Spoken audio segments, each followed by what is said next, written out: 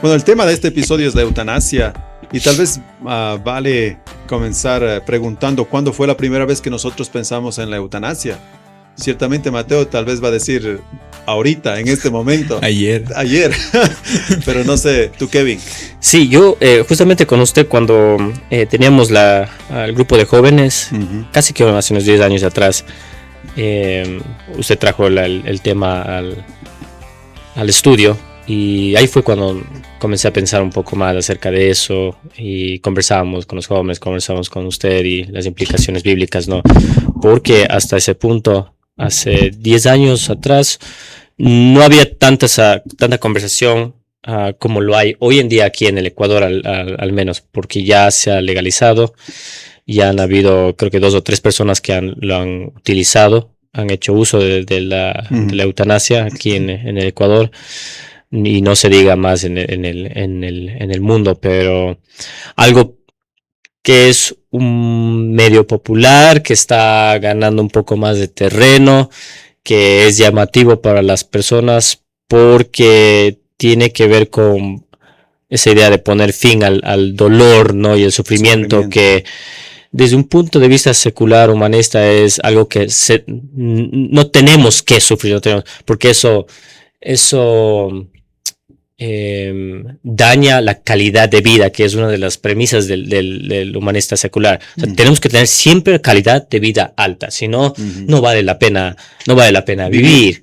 Exactamente. Entonces la eutanasia es algo bien llamativo para las personas. Una opción más para poner fin al sufrimiento. Yo estaba viendo de que el término eutanasia, no sé si tiene lo mismo, significa buena muerte o feliz muerte, ¿no? Una muerte feliz. Y que había 2 clases de eutanasia, la activa y pasiva. La eutanasia activa es terminar con la vida de una persona sufriente para terminar o parar el dolor. Eutanasia activa. Pero la eutanasia pasiva es permitir la muerte. Entonces, la anterior es alguien le mata. Causa la muerte por cualquier. Lo otro es dejar que muera sin aplicar medicina, sin nada. Así mismo para evitar el mismo punto de sufrimiento. Entonces, eso es algo acerca de la eutanasia, ¿no? Para ti, Mateo, ¿cuándo fue tal vez una de las primeras veces que escuchaste o te acuerdas? Creo que fue hace un año más o menos que comencé a averiguar un poco más porque había un rumor sobre una técnica de asesinato, creo que era en Japón o en China, en la que básicamente habían 5 guardias en un cuarto diferente y cada uno tenía que jalar una palanca y una de esas palancas mataba a la persona que estaba siendo condenada como criminal. Y de ahí salió todo el tema y comencé a averiguar un poco más sobre esto, pero más o menos un año, por ahí empezó con todo esto. Para mí fue más o menos en el año 2000, a comienzos del año 2000. Cuando leí un reportaje acerca de Teresa Schiavo, y les animo a ustedes, si es que no lo han visto, o a los que están escuchando. Esta es, tal vez estoy equivocado, pero es una de las primeras personas, si no es que es la primera persona que utilizó el recurso de la eutanasia en los Estados Unidos, o por lo menos fue la que causó este debate de eutanasia. Ella había estado en estado vegetativo por algunos problemas personales, creo que bulímicos de alguna manera, no recuerdo realmente la historia, pero el esposo quería terminar con su vida porque él insistía en que ella había dicho que si algún día yo quedo así, por favor terminen con mi vida, yo no quiero vivir así.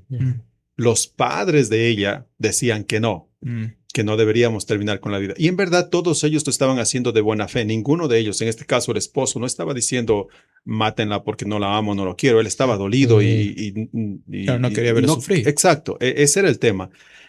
Pero estaba el hecho de que ella había dicho que no quiere vivir así. Claro.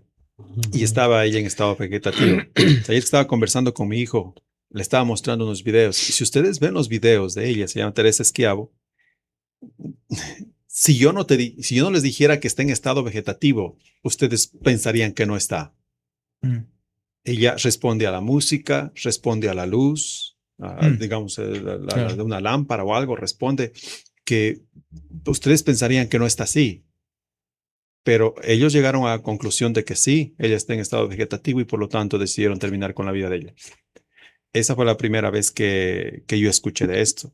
Hablando del Ecuador, hay un reglamento, por lo menos hoy en día, desde el 2024, la Corte Constitucional despenalizó, es decir, autorizó sin ningún problema lo que es la eutanasia. Y según el reglamento del Ministerio de Salud Pública, aquí en Ecuador, es un procedimiento que consiste en la administración de fármacos en dosis letales con el objetivo de causar la muerte. Esto es clave, causar la muerte. De hecho, estoy satisfecho con que hayan utilizado eso, la palabra muerte, porque están diciendo directamente, estamos causando la muerte. Sí. Y eso está bien. Causar la muerte anticipada, dice, a una persona con una enfermedad grave e incurable o lesión corporal grave e irreversible, solicitada de manera voluntaria, informada e inequívoca, dice ahí. Y los requisitos para solicitar, si están interesados, es la aplicación de la eutanasia es básicamente voluntaria y consiste en un informe médico suscrito por él o los médicos tratantes del establecimiento del Nacional de Salud y un diagnóstico definitivo de la enfermedad o lesión corporal. Y si esto va a suceder, lo que nos dice ahora el reglamento es que debe haber un tipo de comisión, ¿no?, que está al frente, que debe estar encargado o debe estar formado, más bien dicho, por un psicólogo clínico, un psiquiatra, un bioeticista, un abogado, un trabajador social y un representante de la sociedad civil. Interesantemente, no un cura, no un padre, no un pastor, no, el ámbito religioso no entra ahí. Que me pareció interesante simplemente. Entonces, la eutanasia, según se entiende, no es el derecho que cada persona, supuestamente, la palabra clave también es derecho, que cada persona tiene derecho, para terminar con su vida. Generalmente sí, por una complicación de enfermedad terminal y cosas por el estilo. No especifica, ¿no es cierto? Ahí el tipo de enfermedad. No. Y eso es como con la clonación. Exactamente. Estos temas se vuelven problemáticos porque no hay una línea. En Noruega, yo estaba leyendo que en Noruega, verán, se estaba debatiendo y estaban teniendo problemas precisamente eso con las líneas. Porque, perdón, no es Noruega, es Países Bajos, Holanda. Holanda estaba teniendo problemas porque habían permitido también o están permitiendo la eutanasia por incluso enfermedades mentales o demasiada depresión o ansiedad y cosas por el estilo. Ya no es solamente una enfermedad terminal, algo que dices, bueno, estás sufriendo físicamente, mentalmente, emocionalmente, todo. Pero si esta persona tiene bastantes problemas mentales a nivel psiquiátrico y todo demás, y los psiquiatras y los psicólogos llegan a determinar que sí, realmente es una persona que tiene, no sé, tal vez esquizofrenia y está sufriendo bastante por eso, aunque no hay aunque es joven, aunque sea joven. Sí. Puede terminar con su vida. Sí, y la pregunta en todo esto también es, ok, tú dices porque estás sufriendo, pero el sufrimiento es relativo. El sufrimiento, como tú dices, yo puedo sufrir porque tengo enfermedades mentales y alguien puede sufrir porque tiene una enfermedad terminal, pero una señorita puede sufrir porque el enamorado le dejó. Exacto. ¿Cuál es el límite? ¿Quién define cuándo es el sufrimiento suficiente? ¿Qué sufrimiento? Exacto. ¿Qué límite? ¿Qué es sufrimiento? ¿Qué nivel de sufrimiento? ¿Cuándo es suficiente? Que aplique eutanasia. Es demasiado. Yo tengo aquí el caso, por ejemplo, de Jill Farrow, una mujer de 75 años que decidió optar por la eutanasia. ¿Cuál es el tipo de problema que tenía? Ninguno. Solo que ella dijo que envejecer no era divertido. ¿En serio? Sí. ¿Y aplicó? Sí. Y murió. Y murió. O sea, sí. ¿Qué? Le dieron. ¿Eso en dónde fue? En los Estados Unidos creo que es. No tengo aquí la referencia, pero es Jill Farrow. En el 2015, en el año 2015. Oh. Entonces, sí, el problema es complicadísimo en ese sentido porque no hay líneas. Verá que ahí ni siquiera utilizó el tema de sufrimiento, simplemente porque envejecer es feo. Sí, pero... O feo porque tienes dolor y... Okay. Bueno, yo sufro porque envejecer no me gusta. Es que ese es el tema. Ahí es lo que decimos, el sufrimiento es relativo. O sea, sí. Es que es demasiadamente relativo. Y otra vez, ¿qué nos dice que en algunos años la señorita que pierde a su enamorado no va a tener el derecho de quitarse la vida? Es algo... es algo...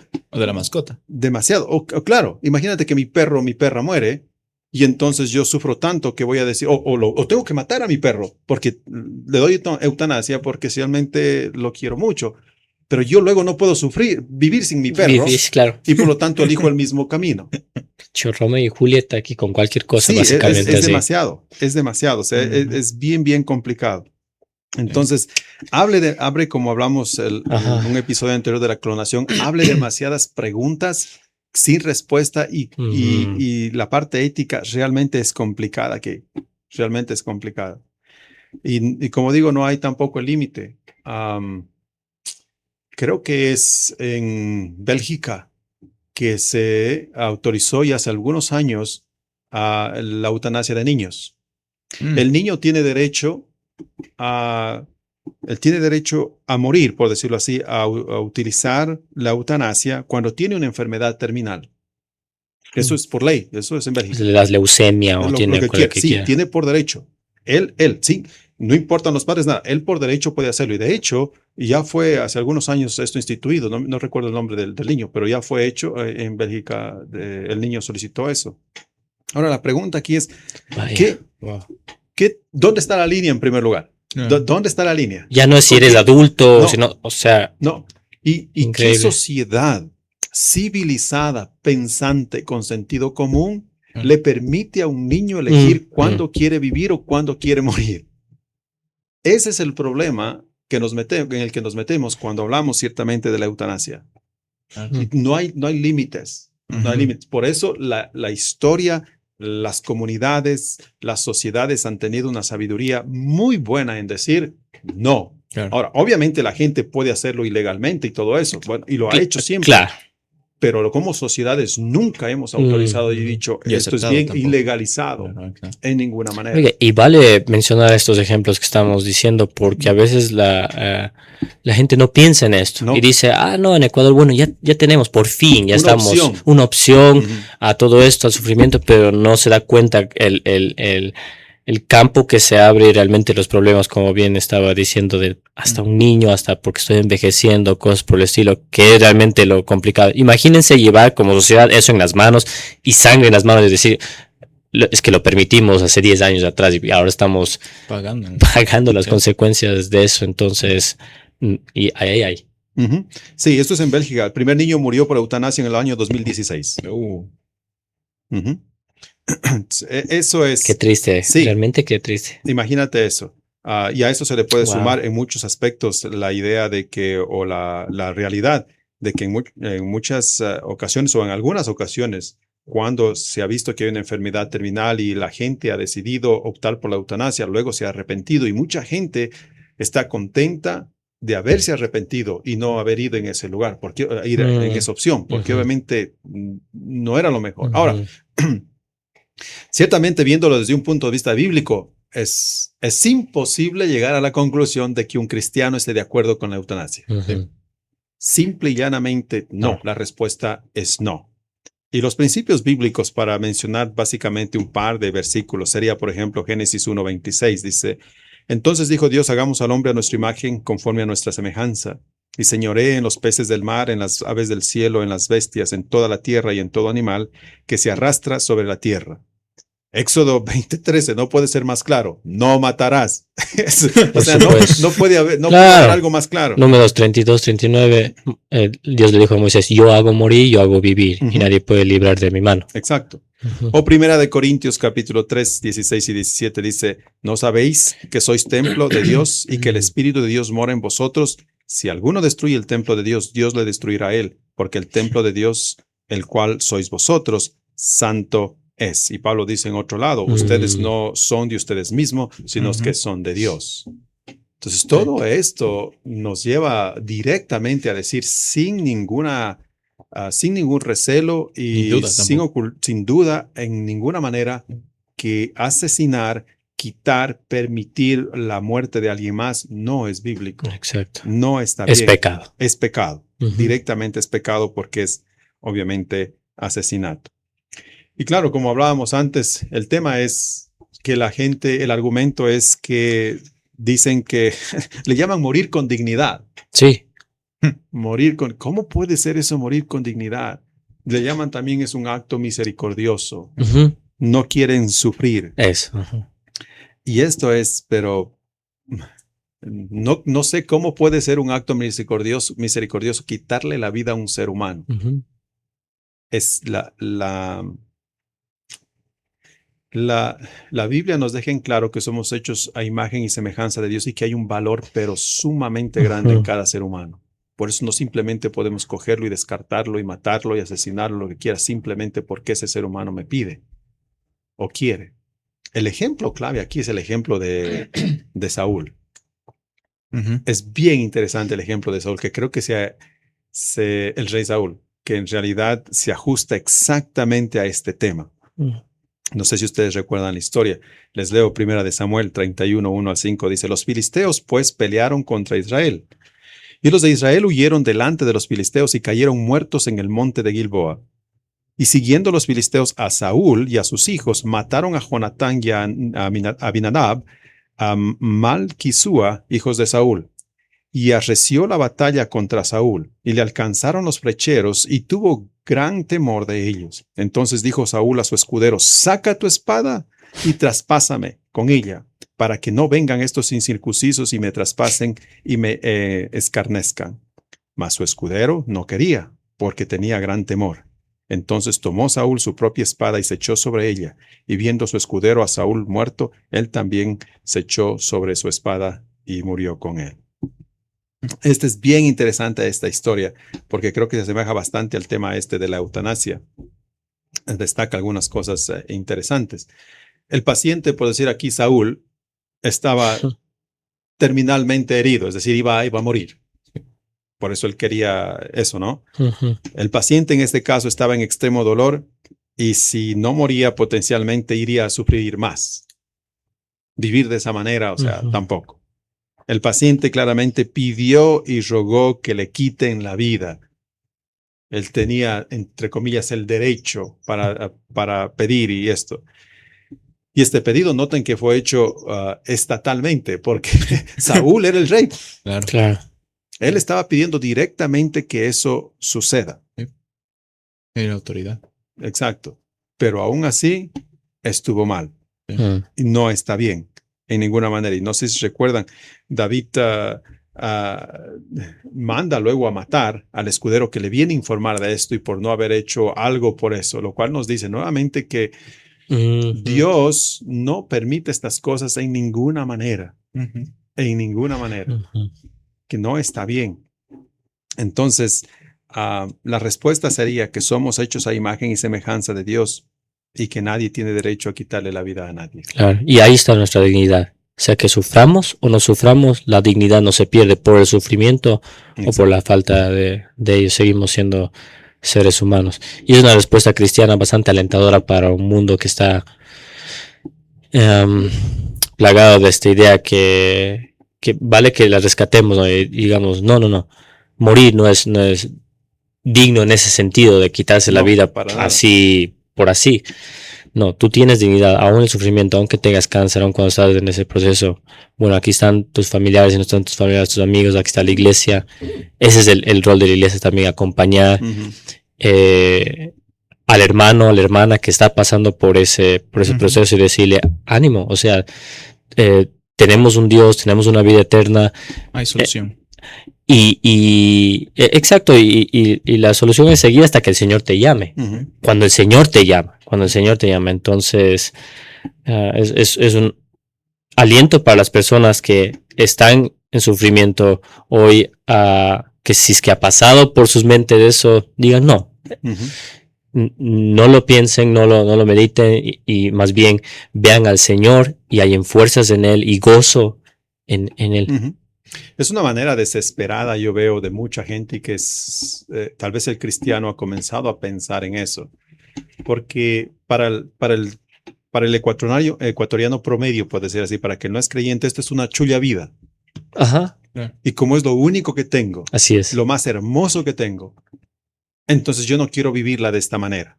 Y tiene sentido, o sea, no creo que no tenga sentido. Tiene sentido si es que no tienes a Dios.